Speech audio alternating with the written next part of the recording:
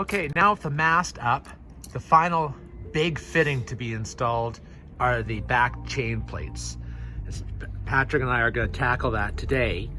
The issue that we had before is that the backstay was actually just screwed in 3 screws right into the old transom, and with rotting wood right in the inside. That's been all repaired, all glassed in. We're going to be putting through bolts all the way through with big washers and acorn nuts on the other side. But placement is a bit of an issue because we, running into the inside wall of the cockpit. So we're going to angle it as best we can. So with the adjustable backstay attached with it, that it can still do its job and function correctly. The propane tank, unfortunately, I can't put inside the propane locker because it has to lay flat. Wrong propane tank for that. So we're slightly going to adjust it and move it over a little bit, the tank, so everything can fit. And then we'll do the port side. We're going to drill the bottom hole first and then place the other holes accordingly on the way up. We've marked it inside and outside, and I think that's the right place for it. Well, drilling more holes into the boat. Wish us luck. If you do a video.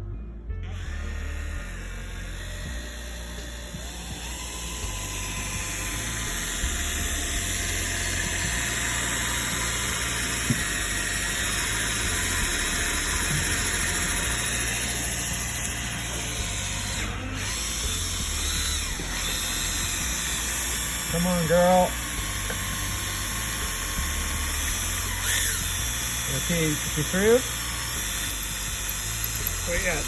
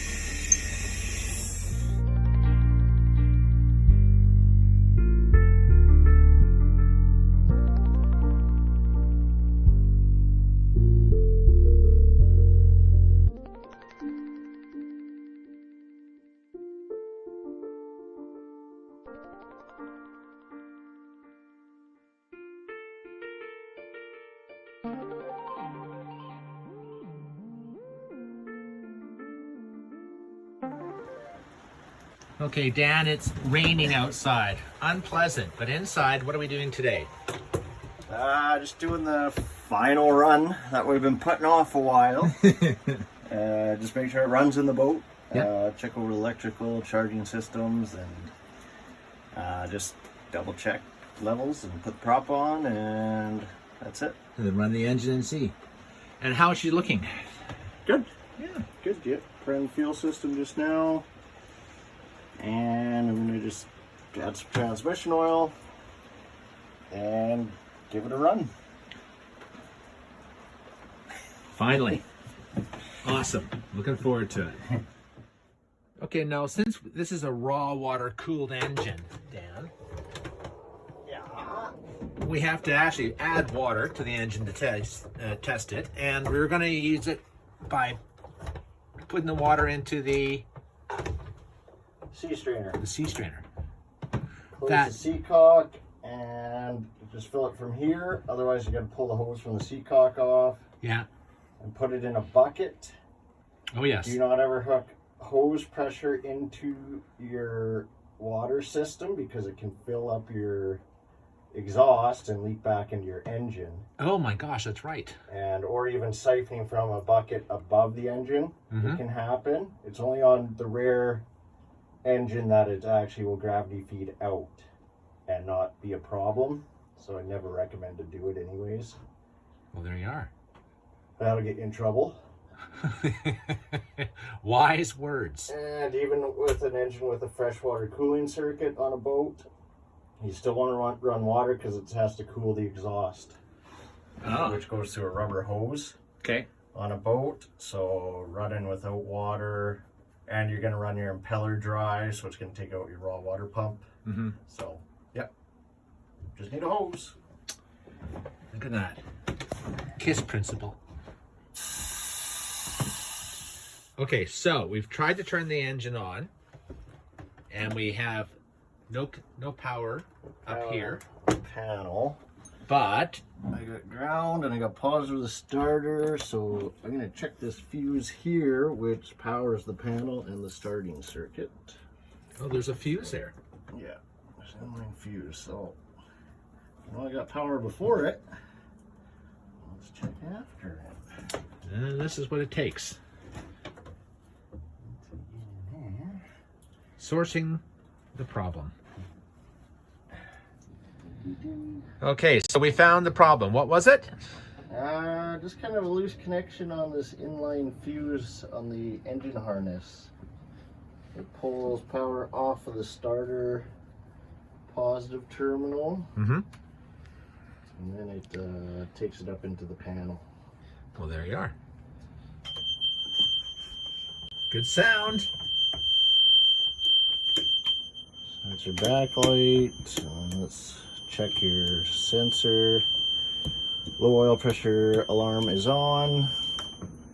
So Yeah, we haven't got the propeller on. okay.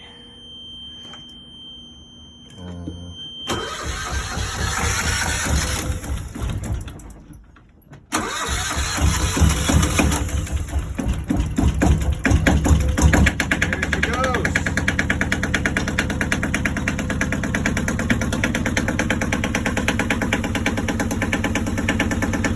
I'll check for water. I'll check the water.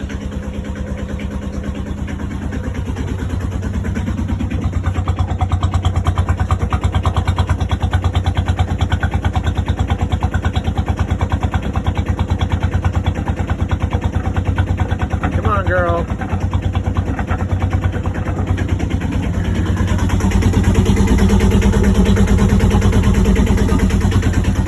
I don't see water coming out yet. It'll take a bit. Yeah. Oh, there it goes. She's suspect. And no smoke. Not smoking, you can smell it a bit. I can smell it a bit. It's a nice rebuild, huh? Or actually rebuilt it. Dan, you're the man. Wow. That's a sweet sound, eh, Stevie boy? There you are, Jonathan. Wheels up and running.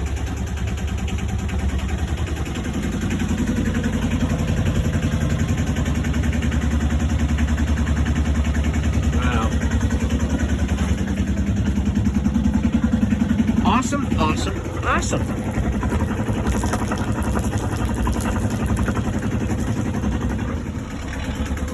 You think she's vibrating too much? No, I think the engine mounts are okay. They're loose, they're like that. That's exactly how they were, Andy. That's how they are. The engine mounts got replaced, like Oh, did you? back in whatever. That's how they are. They're super soft because otherwise you'd be shaking your boat that much. Yeah. So they're doing their job. I mean, they're at least 10 to 12 years old, but I had the rubber tested. They said it was perfectly fine. Oh, yeah. Here, grab the video. That? Go ahead. Put in a weep here, maybe.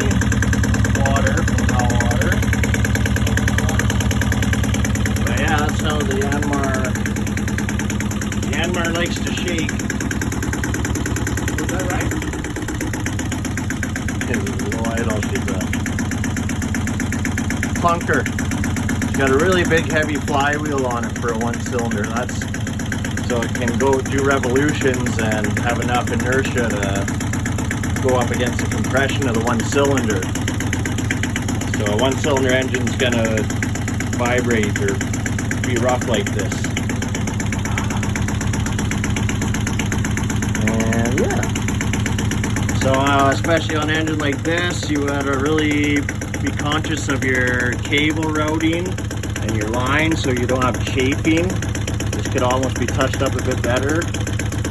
And like your electrical cables down in here, I got maybe a chafe spot there I should address. Lots of this stuff's pretty good. I did lots of the hose routing and clamping.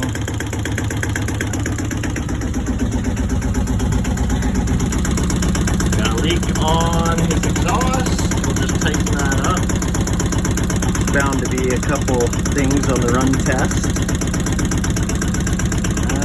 Yeah. Fuel filter, tank. That's where I'm feeding the sea strainer.